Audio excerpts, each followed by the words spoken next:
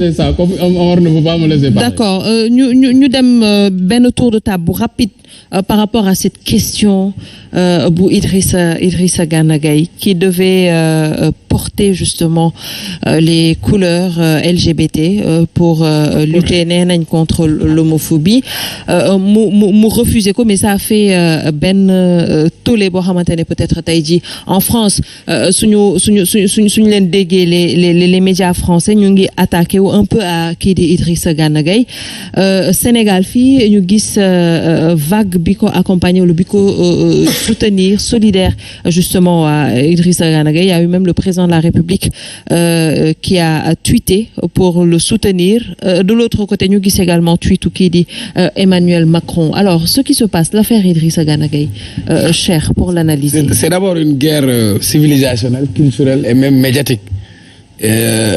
Tey Idrissa Gana Gueye xaw ma fa ay mbokkam nekk war nañ am ci moom fierté. Aujourd'hui am na benn vague de soutien du monde musulman en Arabie Saoudite, en Égypte, d'autres clubs, etc. Non, on a de sens que si on a la possibilité de dire oui, Idrissa Gana Gueye daf ñu sagal ñun en tant que nit yi ñuul, sagal ñu en tant que jullit, parce que ñun dañu bokk ci génération décomplexée. Loolu mu def fulla la ñàkkul fayda. Et comme je dis en bukki si yebee gaynde si doxin bala góor jigéen ñi ñoo lëmbe àdduna bi quoi pour ñoom seen fonctionnement wala seen bëgg-bëgg la ñu war a imposer ñëpp.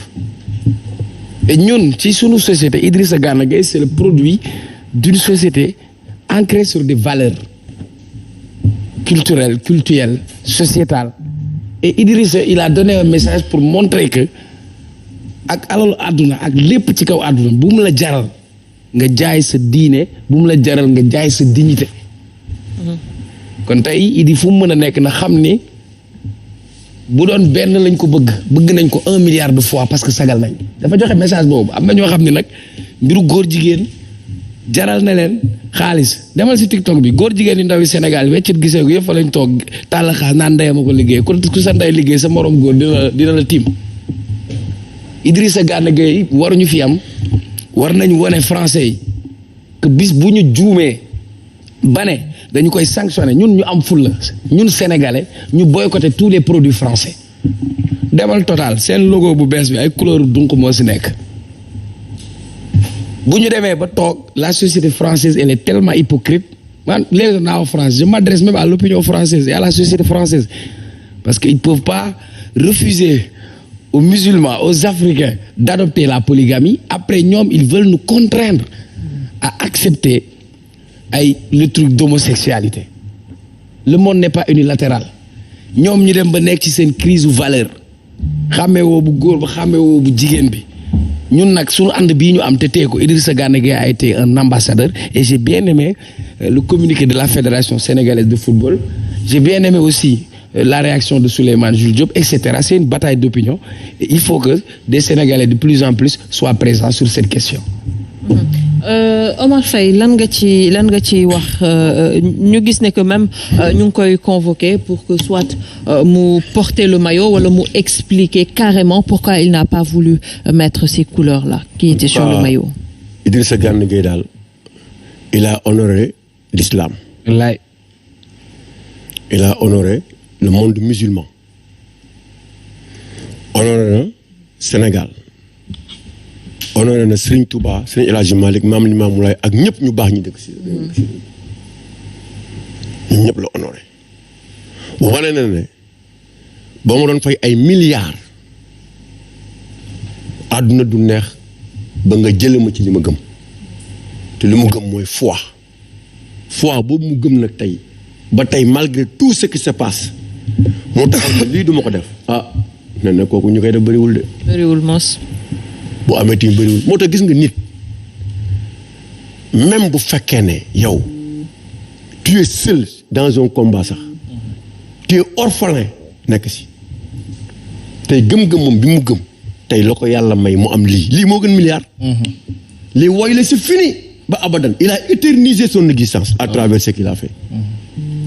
te lii mooy wane ne kii dañ ko war a jàppale dañ ko war a taxaw près même comme ni ko Cheikh Omar waxee même il faut même organiser un rassemblement comme certains l'ont prévu d'ailleurs je pense. Alors oui, en France même il y a N'est-ce pas? c'est prévu un rassemblement pour soutenir Idrissa Gana Gueye. Kii tout le monde musulman même au-delà du monde musulman am na ñeneen ñoo xamante ne tey pare nañ à ce que être à côté de lui. Remercier aussi tweet bi nga xamante ne moom le président def c'est important. def na ko soutenir ko. Ouais. Et c'est ce qu'on attendait de lui naka ñëpp rafetlu nag parce que il est le chef de l'État. L'Assemblée aussi. L'Assemblée def ko keneen def ko naka Serigne Saliou rafetlu waaw nit bu defee lu baax nañ ko rafetlu loolu mooy réew ba day tax suba boo waxee dinañ xam ne kii lu mu wax da ko gëm. c'est ça dalal ndax mooy chef d'État tey bu ko deful woon tey nga gis ñeneen ñu taxaw ñu naan jàmm xawma ñeneen ñi sàmm jikko yi ak ñeneen ñëw naan way on n'a pas vu aujourd'hui la déclaration du président de la République et le président l'a fait avant sàmm jikko yi ak Jamra. ak Jamra ak yeneen def na ko donc nañ ko rafetlu moom daal sa waay même mobilisation bi ñuy def waaw Bougane rafetlu na. même rassemblement boobu c'est le président qui doit être devant comme il l'avait fait là-bas. Charlie Hebdo. Charlie Hebdo. C'est lui qui doit demander la mobilisation de tous les Sénégalais et même du monde musulman. Sonko tam défendre na ko de. Mais c'est bien Sonko ce qu'il a fait c'est important na ko nekk def képp ku xamante ne yaakaar nga ne sa baat am na fu mu toll na nga ko def ndax am lay wax benn affaire de yomb na ni am na ñamante ni ne seen wax dafa am fu mu dafa porte ba am ñamante ni seen wax tamit dafa am fu mu yem de. C'est pas facile de combattre ces lobbies. Non, pas du tout. C'est pas du tout facile. C'est pas facile moo tax Idrissa Gana Gueye il faut ñi taxaw ko. Ils sont capables de tout et ils sont partout nag foo yaakaarul rek ña nga fa moo tax bu ko Sénégal yëpp taxaw jàppale ko rek du baax. bañ ko bàyyi. D'ailleurs même sécuriser ko nag. même coéquipier ñi ñenn ci ñoom ñu commencé woon peut-être di ko soutenir di tweeter seen club bi dañ leen forcer à ce que ñu dindi soutien boobu. Ba pare il a signé un contrat pour jouer au football et non pour promouvoir l'homosexualité. Ce qui est carrément dommage aussi Serigne Sall. te nee na xam nga la moom a jaaxal ne la Serigne baal ma mooy équipe boobu kan moo ko moom. Paris Saint-Germain ñan ñoo ko moom. Qatari. waaw loolu aussi Serigne ji yéemul. ñoo gën a woy ñëpp la moo xew Dubaï. Dubaï ay lan lañ. waa Dubaï ay lan lañ Dubaï di jël ay nit di toog di duusee seen gémmiñ. te ñu ne ay dëkk jullit lañ. waaw man de nee na li ma ci wax rek mooy d'abord Idrissa Gana Gueye il a tout notre soutien et puis bettu ma sax d'autant plus que moom Gueye la sant. Ah oui. Gueye la sant donc loolu kay lañ war a wax. waaw nee na bettu ko ndax Gueye la sant parce que Gueye ni ku leen xam rek xam ne c'est des hommes de principe. xam nga li gën a am solo nee na mooy. gis nga toujours comme ni ko Omar Faye junjee léegi rek. yow Omar Faye dina la porter plainte. gëm-gëm dafa am solo ci nit. gis nga xaalis day jeex. addina bi day jeex. dëgg la mais dafa am loo xam ne du jeex. mooy àllaaxira moo dul jeex. te je crois que loolu ku nekk jullit moo gëm bon la nation française nag aujourd'hui à presque 64% c'est des athées. ñoom gëmatuñ dara. loolu moo tax aussi presque dérive yi yëpp ña ngi fay am. Je prends le cas par exemple de Mohamed Ali. Mohamed Ali en 1967, oui. Il a refusé de porter l'uniforme pour aller au Vietnam. Sanctionné nañ ko ci alors qu'il était même le champion des poids lourds. On a retiré son titre. $10 000 ñu amande ko et dañ ko waroon tëj encore 5 ans. Finalement on l'a pas emprisonné mais pendant 4 ans il n'a pas combattu. 1971 la Cour suprême. donne raison. jox ko dëgg. Il a commencé à combattre et d'ailleurs 3 ans ou 4 ans après il s'est converti à l'islam. Oui. Donc pour dire que rek moom ba mu koy def amoon na lu taxoon mu gëmoon loolu. Il est vrai que tubaab yi ci bëri américain en tout cas la race blanche ñu ci bëri ñoom am na nu ñu ko jàppe woon mais moom aussi gëm-gëm la woon moo tax demul woon xeexi au Vietnam. Il dit aussi dafa am loo xam moom la gëm te je crois que am na ay joueurs yu bëri yoo xam ne ni ils sont comme lui. Donc su fekkente ne tey waa France dañu bëgg a jël dal ci kawam je crois que même boo xoolee dans les comment dire dans les textes de la fédération française ci boppam ñoom bu ñu ko jàngatee sax dinañ xam ne en réalité que joueur bi ci boppam kenn mënu ko dugal ci cause boo xam ne moom gëm ko te loolu mi ngi dans les textes de la fédération française de football. Donc tey mënuñu pousser Idrissa Gana Gueye ba mu soutenir la cause LGBT. léegi nag ñooñu xam nañ ne actuellement ñoom monde bi mais nag valeurs yi moom fa mu nekkoon mi ngi fa bëri am na ñoo xam ne ni xaalis du tax li nga xam moom lañ gëm li ñu seq ak seen borom aussi ñu soppi ci. Omar nee na nga prononcé wu ci tweetu président de la République. le tweet de Macky Sall. Ah mais c'est normal on n'attendait pas. amul normal merci si waaw rafet na. wala loolu la ñu doon non bul wax normal da nga naan rafetlu nañ ko. non bu fekkee ne yéen nee na moo leen di jaxase ngeen di nangu. bul wax c'est normal. non lu mel nii bu amee ci dëkk bi li nga xamante ne moom lañ njëkk a xaar mooy le soutien du président de la République. Très bien. rafetlu nañ loolu kay je crois que amul loolu kay Omar. mooy géej bi am na ndox. non c'est normal loolu moom moo xaar Sonko tam génn na de Macky Sall. D'accord. de la même façon aussi ci yeneen leader politique yi ak ñi nga xamante ni yëpp aussi am nañ fi baat dans la religion. loolu lañ doon xaar ci ñoom. Alors Amadou lan lañ mën a jàpp ci justement l'affaire Idrissa Gana Gueye. D'abord Idrissa Gana Gueye ku jar a féliciter la. soutenir ko donc je vais pas répéter ce que les gens ont dit. C'est parfaitement ça il faut une mobilisation totale. pour jàppale ko donc li nga xam ne aussi mooy réaction autorité yi xam nga benn moment dafa am ci benn contexte bu affaire Idrissa Gana Gueye bi amee xam nga dafa fekkoon ñu naan nañu criminaliser homosexualité ñi naan pouvoir bi dañu bëgg a jàppale homosexualité dañu bëgg a légaliser ñu naan légaliser wuñu ñu ne non waxu légalisation criminalisation débat bi ne court ci Sénégal. mu tombé l'affaire Idrissa Gana Gueye le président Macky Sall posé un acte de soutien yemul ci ne rek way am na droit def ko et tout ça dafa ne nañ ko soutenir encourager ko féliciter ko et ça c'est important dans le contexte actuel. Donc parce que pour man dina dégager les soupçons yi nit ñi doon agiter naan le pouvoir dafa bëgg a jàppale ay homosexualité et tout ça je crois que lii wane na ko parce que la preuve am na benn échange épistolaire entre président Macky ak Emmanuel Macron ak ki nga xam ne moom mooy président Macky Sall parce que Macron a réagi au tweet de président Macky Sall en disant quoi en disant oui li nga xam ne mooy cause LGBT ku ko défendrul li ngay def ni c'est de la discrimination et cetera et cetera. Homophobie. Donc voilà yóbbu homophobie hétéro am na neneen nu mu ko tuddee sax seen terme yooyu man je cherche même pas à comprendre mais li am ba des daal mooy gis nañ ne actuellement le président Macky Sall biñ doon wax ne Macron moo koy won yoon wi ba bëgg koo gëmloo ak ñeneen ba mu dugal fii homosexualité ci réew mi ñu légaliser ko gis na ne mook Emmanuel Macron bokkuñu gis-gis déjà loolu moom lii affaire Idrissa Gana Gueye c'est bienvenu parce que leeral na ko te ensuite Idrissa Gana Gueye dañ ne ko il faut soutenir la cause LGBT pour bañ ñu leen di discriminer et cetera mais attends mais moom ci boppam moo subir la discrimination moom Idrissa Gana Gueye. Absolument. Parce que quand même football la def si. football la signé. yaa ngi dégg tey góob ma ne moom bu jiitaloon photo Cheikh Amadou Bamba mbaa mu jiital photo Cheikh Ahmed Tidiane daal di ñu ne dugal na but mu yëkkati ko bu ko wonee defe naa dinañ ko sanctionner nañu waxante dëgg parce que dafay wone ay convictions religieuses am. te on est en sport. On n'est pas obligé de montrer ses convictions religieuses. Donc li nga war a teg mooy les règles du sport moo leen boole. Donc mënuñu jël yeneen conviction ne dañ ko koy gëmloo moom te sax du ay convictions religieuses ay convictions àdduna la ay ñoo xam ne dañoo am nu ñu gisee mais ñoom bu ñu taxawee ne seen dëkk ñoom lii daganal nañ ko fa. muy homosexualité bañ fa li nga xam ne mooy polygamie maanaam fii kenn du fa am ñaari jabar mais ñun war nañoo am suñu fullay bopp aussi dans nos pays.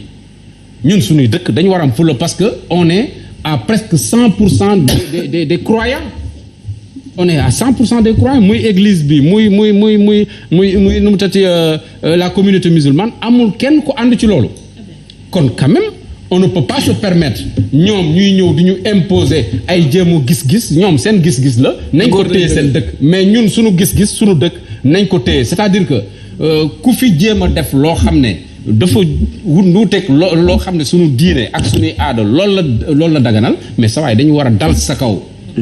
comprendre nga loolu mooy dëgg mais ñoom seen dëkk ku fa def polygamie dañuy dal sa kaw. parce que loolu lañ gëm.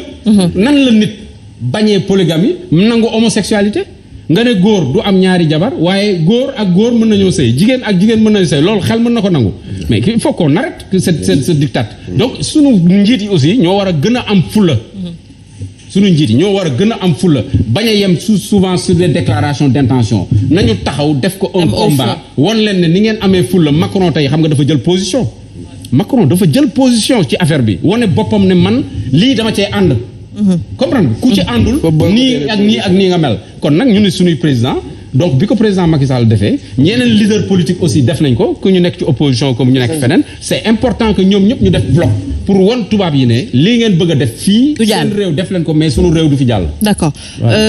Justement ñu dem ba naan waaw s'il ne respecte pas les valeurs de la France amul pour ñëw jouer kon Paris Saint-Germain je pense que ñu ngi gën a soril wax ci alors que peut-être warul woon sax dem ba yegg foofu. Parfaitement. D'abord dañuy féliciter di encourager Gana te lii nii combat wu ñëpp la.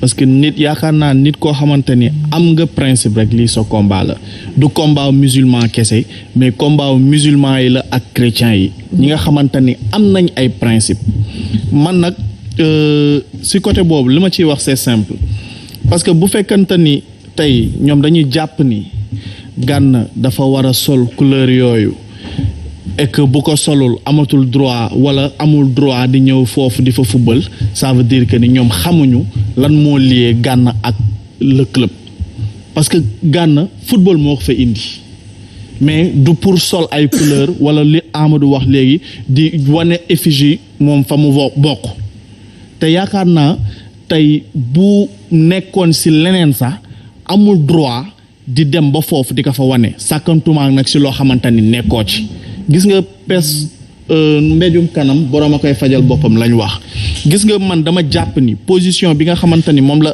Emmanuel Macron jël président Macky Sall dafa waroon gën a ferme si tweetam boobu man je pense que li mu wax c'est trop léger dafa waroon gën a ferme wan ne leen tontuwaat ko ah waroon tontuwaat exactement même tey gëm naa ni sax amul courage tontuwaat mooy côté les produits français c'est tout bu ñu dee sanctionné Idrissa Gana Gueye ñu lancé campagne boobu mais on y arrive loolu sax yegguñ foofu mais man pour man mooy fi nga waxee léegi que mbir mi bataille médiatique la gis nga tey jii nii j'appelle à tous les Sénégalais à ce que ñu regrouper wu autour de ce rassemblement là gis nga xeex bii nii d'abord su ñun la war a njëkk a commencer parce que ñun ñi nga xamante ne ñun ñoo bokk ak ñoom génération yaakaar naa ñun ñoo ci gën a tey ñoom Serigne Saliou ak Rijal ñoom xëy na ba xaw ma nuñ koy waxatee voilà beneen génération la mais ñun ñi nga xamante ne ñun ñoo nekk fii ñun la combat bi gën a war a mën a concerner donc man si li may jàpp rek mooy dañu war a ñun ñëpp gën a bokk si combat bi nga xamante ni tey jii nii moom la Idrissa Gana Gueye di mëne. Bassirou. waaw nee na xam nga France démb ak tey dafa am lu fa am avec la nomination de ce ministre de Pape Ndiaye comme ministre de l'éducation et de la jeunesse ma lire Éric Zemmour ak Marine Le Pen ñu ne il faut une mobilisation parce que kii dafa ñëw pour détruire la civilisation française en inculquant à leurs jeunes d'autres valeurs waaw ndegam ñoom ñoo bañ kooku mu def loolu pourquoi ñun ñu koy accepter mais c'est extrêmement un simple ministre ñu fal ko ñu ni kooku dafay inculquer des valeurs yu ñu d'accordul et aujourd'hui on veut que Idrissa Gana Gueye forcément promouvoir LGBT et damay wax très souvent ni comme dañuy lutte contre l'homophobie est-ce que si on leur demandait demain de lutter contre l'homophobie en demandant à toutes les Françaises de porter le voile dañ ko accepter une journée ñoom ñëpp ñu leen takk leen voile pour ñu lutter contre l'homophobie moi je pense qu'il faut beaucoup plus de respect et pour cela Idrissa mérite d'être félicité d'être encouragé et li ma gën a neex ci mbir mooy cette mobilisation du peuple sénégalais et même africain parce que quand je vois un club comme Zamalek malgré ce qui s'est passé avec l'Égypte ñu soutenir ko dafay war ne il y a de ces questions il faut une mobilisation de tous Sénégalais comme Africains pour dire que nous sommes avec Idrissa nous sommes derrière lui et prêts à le soutenir parce que ce dictat aussi de la pensée warul mën a continuer nangul nañ leen ñu bañ polygamie foofu ñu nangul leen ko mais nañ ñu nangul tamit ñun du suñu diine du suñu yar boo xam ne nangu na ngóor jigéen duñ def lu dul encourager Idrissa di ko wax ni tout le peuple sénégalais mi ngi ak moom. En tout cas di ko soutenir di ko encourager Idrissa Gana Gueye merci à vous en tout cas d'avoir répondu à notre invitation.